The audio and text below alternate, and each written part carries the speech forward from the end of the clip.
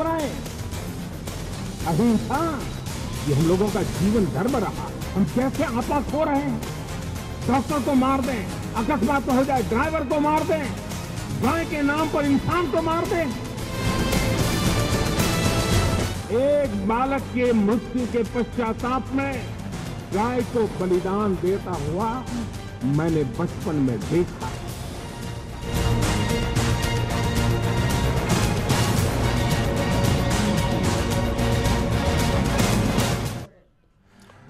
आज साबरमती आश्रम में गौरक्षा को लेकर गांधी सूत्र मोदी ने दिया और इस बीच में सवाल उठा क्या गौरक्षा के नाम पर हिंसा को रोकने में मोदी सरकार कामयाब है। महज 40% दर्शकों की राय के मुताबिक ये कामयाबी है, जबकि 60% दर्शक इस बात से इत्तेफाक नहीं रखते। ऐसे में क्या अपेक्षाएं हैं और उनको कैसे पूरा किया जा सकता है, हिंसा का सिलसिला कैसे रोका जा सकता है। सुरेश उपाध्याय साहब, आपसे जानना चाह रहा हूँ, क्या इस बीच में हिंसा पर लगाम कसने का कोई तरीका नजर आता है? गाय जो इस देश में आस्था का विषय था, आज से नहीं है, 500 साल से नहीं है, हजारों साल से है। तो आज ये गाय कोई आस्था का विषय है, हिंदू मुसलमान का विषय नहीं है। तो ये हमारी संस्कृति से जुड़ा हुआ विषय है, इसलिए गाय की आस्था सबकी होनी चाहिए। हमने इसको धर्म से जोड़ के ही हम कहीं ना कहीं गड़बड़ कर रहे हैं।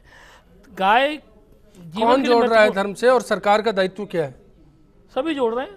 मैं तो आपको भी कहता हूँ, मीडिया की बहुत बड़ी भूमिका है इसमें। तो फिर सरकार का दायित्व है कुछ? सरकार है, आमजन की है। मीडिया भी बोला है, मैंने आपको अकेले को नहीं बोला है। आप इस ढंग से सारी बात अभी जैसे इस बहस में ये था कि गौकसी रोकने के लिए हिंसा को अनुमति नहीं दी जानी चाहिए। बहस में विषय आ गया बीफ खाना चाहिए, ये एक बहुत बड़ा वाइड सब्जेक्ट हो गया। आदमी का मांसाहार खाना ये विश्व की एक अलग तरह की लाइफ स्टाइल है, उसमें बहस है क्या? आज बहस ये है कि गाय हमारी एक श्रद्धा का विषय है। हिंदू सर आ रहा हूँ, मैं मारूं, मैं आपके पास भी आ रहा हूँ प्लीज। शकील अहमद साहब, आपकी क्या उम्मीद है ऐसे में सरकार से हिंसा कैसे रुकेगी? कोशिश कर रही है। देखिए आपको दूंगा मैं समय, आखिर में पूरा प्रधानमंत्री जी ने पूरे विश्व की यात्रा की, तो मुझे ऐसा लगता है कि कहीं ना कहीं प्रधानमंत्री जी ने यह महसूस किया कि पूरी दुनिया के मुल्क, चाहे वो हाइड्रोजन बम के नाम पर हो या और तरक्की के मामले हो, हमसे काफी आगे जा रहे हैं। और आज हम बीफ के ऊपर, गाय के ऊपर, गोबर के ऊपर, 3 तलाक के ऊपर इन्हीं में उलझे हुए हैं। तो शायद उनको ऐसा लगा कि मुझे आकर अपने देश के लिए एक बोलना चाहिए कि मैं लोगों को मुंह तो दिखा सकूं। मैसेज लगा आपको?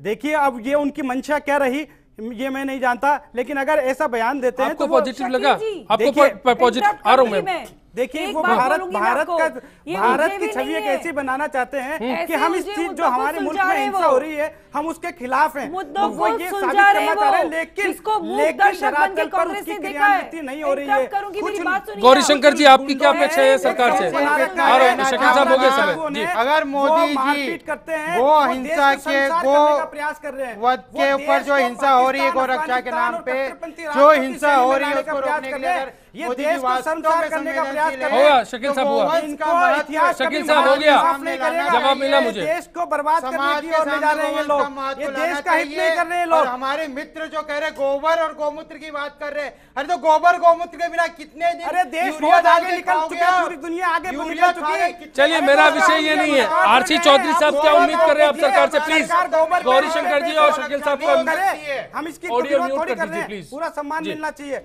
आरसी चौधरी साहब, एक तो सबसे पहले मैं यही उम्मीद करता हूँ देश के प्रधानमंत्री जी ने जिस प्रकार कहा है गांधी जी के सपनों को आत्मसात करने के लिए, उन्होंने कहा कि गाय के लिए मैं मेरी जान दे सकता हूँ, जान लूंगा नहीं किसी इंसान की।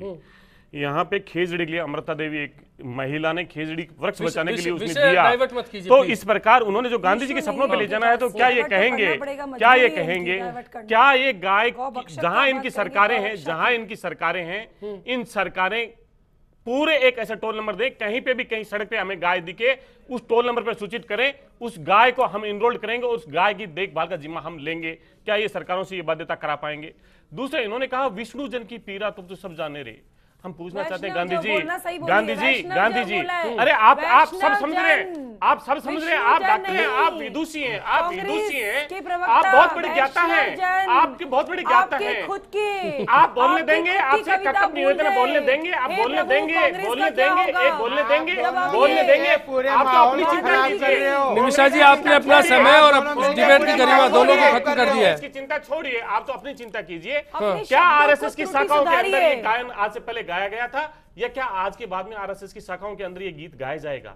ये मैं पूछना सवाल आरएसएस का नहीं था, सवाल ये है कि विचारधारा से जुड़ा है। विचारधारा मोदी जी संगठन के लिए काम किया, मोदी जी ने कहते हैं आज नहीं, आज राजनीति में उन्होंने कहा संगठन में काम किया, क्या उस संगठन उनकी नुमाइंदगी करता है? क्या वो संगठन साथ करेंगे? क्या उस संगठन को आप साथ करेंगे? आरएसएस मुद्दा का विषय है। आप क्यों मना रहे हैं? निमिषा जी कंक्लूड करना चाहेंगी?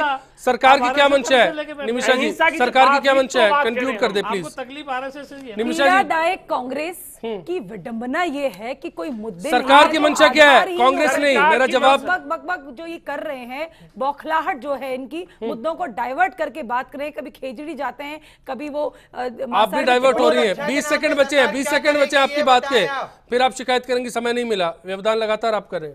देखिए अश्विनी जी, सरकार की स्पष्ट मंशा है कि अहिंसा परमो धर्म, जिसको लेकर के प्राचीन काल न केवल संविधान बनने से पूर्व सैकड़ों का सालों से चला आ रहा है, तो इस प्रवृत्ति को इस देश के भारत के वासी न बदलें और यथास्थान सही स्थान पर अपनी बात रखेंगे तो समाधान भी होगा। इसी आग्रह के साथ उन्होंने बापू की जो जो भी है, गांधी देश की पहचान है, और ऐसे में अगर गांधी के बताए रास्ते से गाय को बचाने की बात प्रधानमंत्री जी करते तो उम्मीद करते हैं तस्वीर बेहतर होगी। फिलहाल के लिए इतना ही।